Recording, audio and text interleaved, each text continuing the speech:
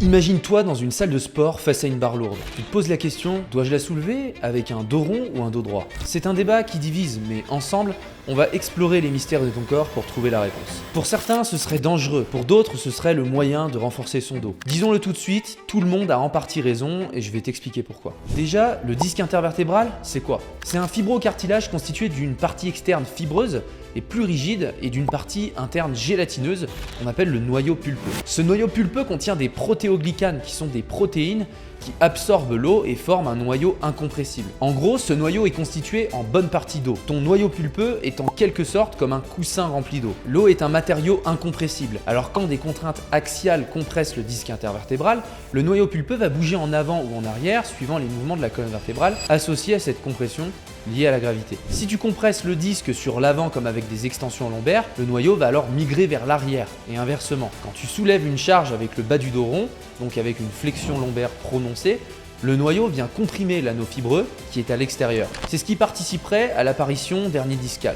Une hernie discale, c'est un déplacement local du matériel discal en dehors de l'espace intervertébral. On dit qu'il s'agit d'une hernie lorsque à peu près 25% du matériel discal est à la périphérie du disque. Tu entendras aussi parler des protrusions discales qui ne sont en fait qu'une hernie étalée, la base est plus grande que la hauteur. Il y a aussi les extrusions discales où la hernie a une base plus petite que sa hauteur.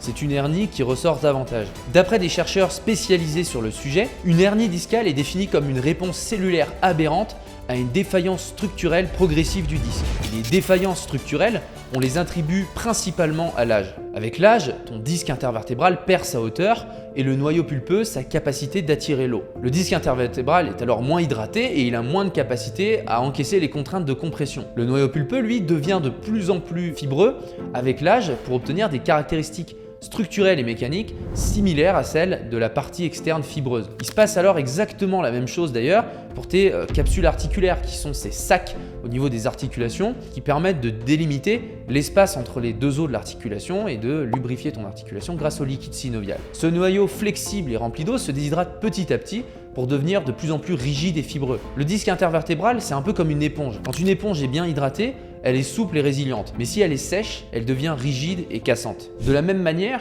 le disque intervertébral, lorsqu'il est bien hydraté, peut mieux absorber les chocs et les contraintes. Plus tu vieillis, plus ta capacité de mouvement est réduite, plus tu deviens rigide si tu n'entretiens pas tes capacités. C'est là que tu te dis sûrement « Ah mais c'est pour ça qu'on se fait des hernies discales quand on est plus vieux ?»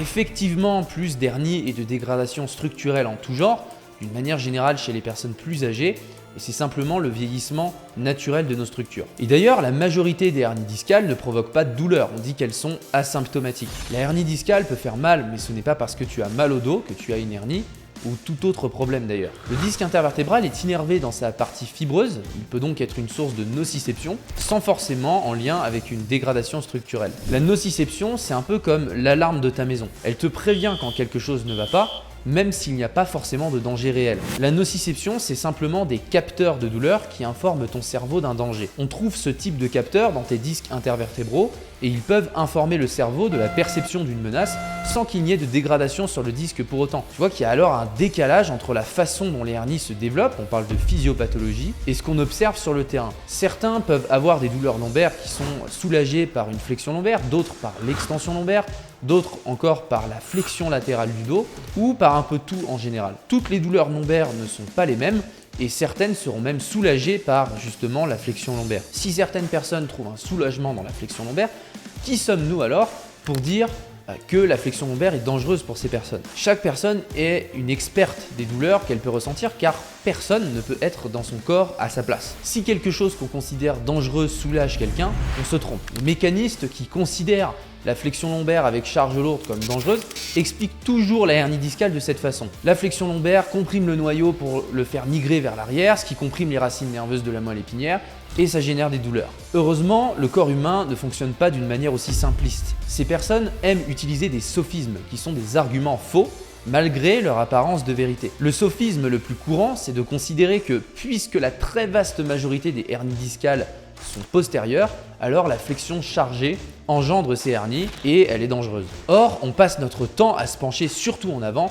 et presque jamais en arrière. Mais qui se penche en arrière au quotidien en dehors des gymnastes et des contorsionnistes? Quand tu cherches à transporter ou déplacer des objets, tu te penches en avant, pas en arrière. C'est simplement une adaptation à notre environnement. C'est probablement aussi pour ça qu'on n'observe pas de hernie ventrale ou antérieure. Si on raisonne du point de vue de l'évolution de notre espèce, l'Homo sapiens, on peut se poser cette question. Pourquoi avons-nous hérité d'une colonne vertébrale surtout capable de flexion et d'extension si nous étions vulnérables en position de flexion? Après de multiples générations, la sélection naturelle fait son travail et visiblement notre corps ne s'est pas débarrassé de la flexion lombaire et ça reste le degré de liberté principal de notre colonne vertébrale. C'est donc dans la flexion lombaire qu'on a le plus de mobilité. De l'autre côté, le camp de l'antifragilité pointe souvent du doigt les études mécaniques en laboratoire réalisées sur des cadavres de cochons ou d'humains. Il faut savoir que ces études répondent à certaines questions sur la biomécanique isolée du disque intervertébral et elles nous permettent de mieux comprendre le comportement et la structure du disque en lui-même. L'inconvénient de ces études est que les conclusions qu'on peut faire sur un morceau de cadavre de cochon en laboratoire ne peuvent pas forcément s'appliquer à un corps vivant. En gros, on ne peut pas interpréter ce qu'on trouve sur un disque mort tout seul et comparer son comportement à celui d'un disque dans un corps humain vivant avec son attachement à tout plein d'autres tissus autour. Le problème évidemment est que ce rattachement à plein d'autres tissus dans le corps vivant, rend la biomécanique différente de ce qu'on pourrait retrouver sur un disque seul, mort en laboratoire. Et ça, c'est notamment à cause de ce qu'on appelle la biotenségrité. Si tu n'es pas familier avec ce terme, la tenségrité, c'est simplement une contraction des mots tension et intégrité, où une structure se stabilise grâce aux forces de tension et de compression qui viennent s'équilibrer. Imagine des bâtons reliés par des câbles, et tous ces bâtons sont stables parce qu'ils se compriment et s'étirent en même temps. Tu peux penser à une tente de camping, les piquets compressent la tente et les cordes créent la tension. Les deux travaillent ensemble pour maintenir la tente stable et équilibrée. Ce phénomène de biotenségrité a été appliqué à l'architecture, puis on s'est rendu compte que ça s'appliquait aussi à notre corps humain. Au niveau microscopique comme au niveau macroscopique, de la cellule jusqu'à la colonne vertébrale dans son ensemble, notre corps est une structure de tenségrité. Je te parle de ce concept compliqué juste pour comprendre que le mouvement n'est qu'une répartition de contraintes sur des structures qui ont toutes leurs propres capacités. Dans ton corps, ton disque intervertébral n'est pas tout seul, il est relié aux autres disques, aux autres vertèbres, aux muscles autour de lui, etc. Et ça change tout. Cette continuité entre les tissus fait que lorsqu'on réalise un mouvement complexe comme un soulevé de terre ou un Jefferson curl, la contrainte n'est pas prise uniquement par le disque intervertébral, mais par de nombreuses structures musculaires et conjonctives. N'importe quel tissu dispose de ses propres capacités et peut céder à la contrainte au-delà de ses capacités. Imagine chaque muscle, chaque disque, chaque tissu comme s'il avait une barre de vie, une barre de capacité. Quand tu fais un exercice, cette barre se charge, si tu la dépasses, tu dépasses la capacité du tissu et tu te blesses. Le disque n'est pas seul à prendre les contraintes quand tu soulèves une charge avec le dos rond. Il n'est donc pas le seul qui a une barre qui se remplit. On peut alors compter sur toutes les structures autour pour éviter que la barre du disque ne se remplisse trop. D'une manière générale, tous les tissus peuvent voir leur barre s'agrandir et donc leur capacité s'améliorer. Quand tu fais de la musculation, tes muscles grossissent et se renforcent, tes tendons deviennent plus épais et plus raides. Quand tu fais des sauts, tes os se renforcent. Mais par contre, les articles scientifiques sont encore trop conflictuels pour montrer l'amélioration de la capacité du disque intervertébral. En fait, on ne sait pas encore grand-chose sur son niveau et sa vitesse d'adaptation structurelle. Il est donc important de chercher à mieux répartir les contraintes sur tous les tissus autour. Si ton disque intervertébral pète ou qu'une hernie discale douloureuse se produit, c'est en partie parce que la capacité du disque a été dépassé. Le disque a donc été le maillon faible parmi la multitude de tissus sollicités sur un soulevé de terre ou un Jefferson curl. Il faudrait donc limiter les contraintes encaissées par le disque. Et comment on fait? Il faut se demander, est-ce que l'ensemble des tissus autour font leur boulot? Si ce n'est pas le cas, il est évident que certains tissus devront compenser pour ceux qui ne bougent pas bien et n'encaissent pas les contraintes. Alors, certains tissus se retrouvent excessivement chargés inutilement et la probabilité que leur barre de capacité soit dépassée augmente. Et ça peut être le cas du disque intervertébral, bien sûr.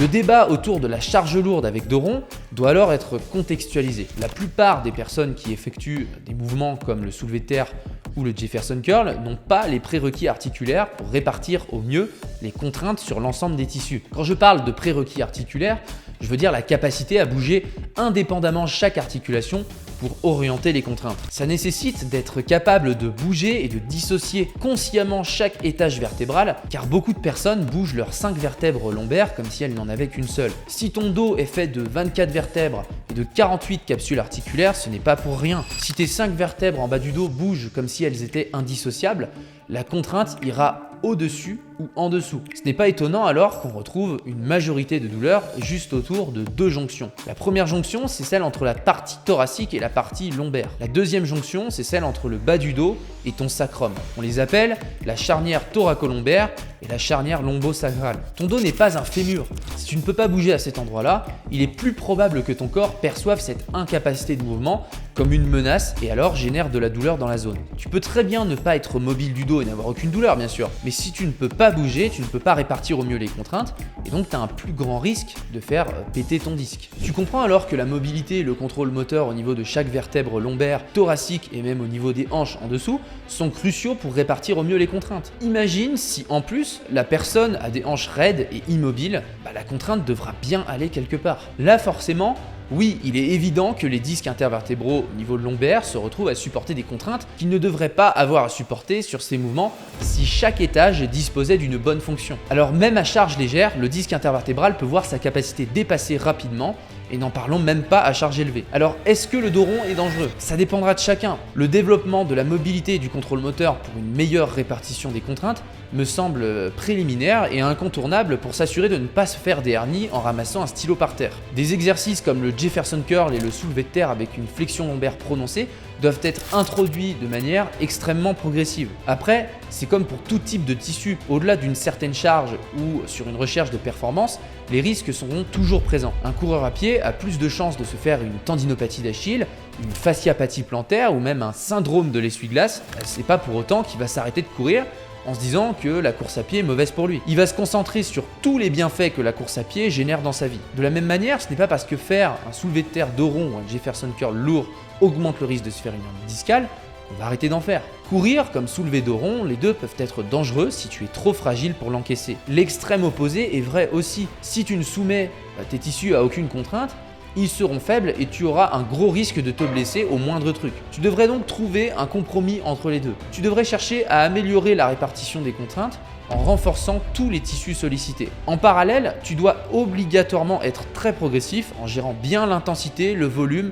et la fréquence d'entraînement. On ne sait pas encore précisément quel volume et quelle intensité il faut choisir pour renforcer le disque intervertébral. En gros, on ne sait pas combien de séries, combien de répétitions et à quelle charge tu dois faire tes exercices dos rond. On ne sait pas non plus à quelle fréquence, à quelle vitesse, à quelle amplitude il faut s'entraîner précisément et il faudra sûrement encore de nombreuses années avant qu'on ait une idée plus claire. Dans tous les cas, tu n'es pas une moyenne d'études scientifiques et chaque cas est individuel. C'est à toi de faire tes propres choix en considérant le ratio entre les bénéfices et les risques en fonction de tes propres sensations, croyances et expériences. Si les connaissances ne sont pas encore toutes là, tes croyances vont jouer sur tes décisions. Je fais le choix personnel en lien avec mon expérience de croire que le Jefferson Curl lourd et même le soulevé de terre dos rond ont de nombreux bénéfices et que je dois les pratiquer pour me sentir bien. Ça ne veut pas dire que ça s'applique à tout le monde et le contexte global de chaque personne doit guider les décisions. Les douleurs lombaires sont extrêmement complexes, il y aurait plus de 100 facteurs qui les influenceraient. Le simple fait de moins bien dormir, te disputer avec quelqu'un ou être stressé par ton travail peut augmenter tes douleurs en bas du dos. Il est évident qu'il serait inapproprié pour des personnes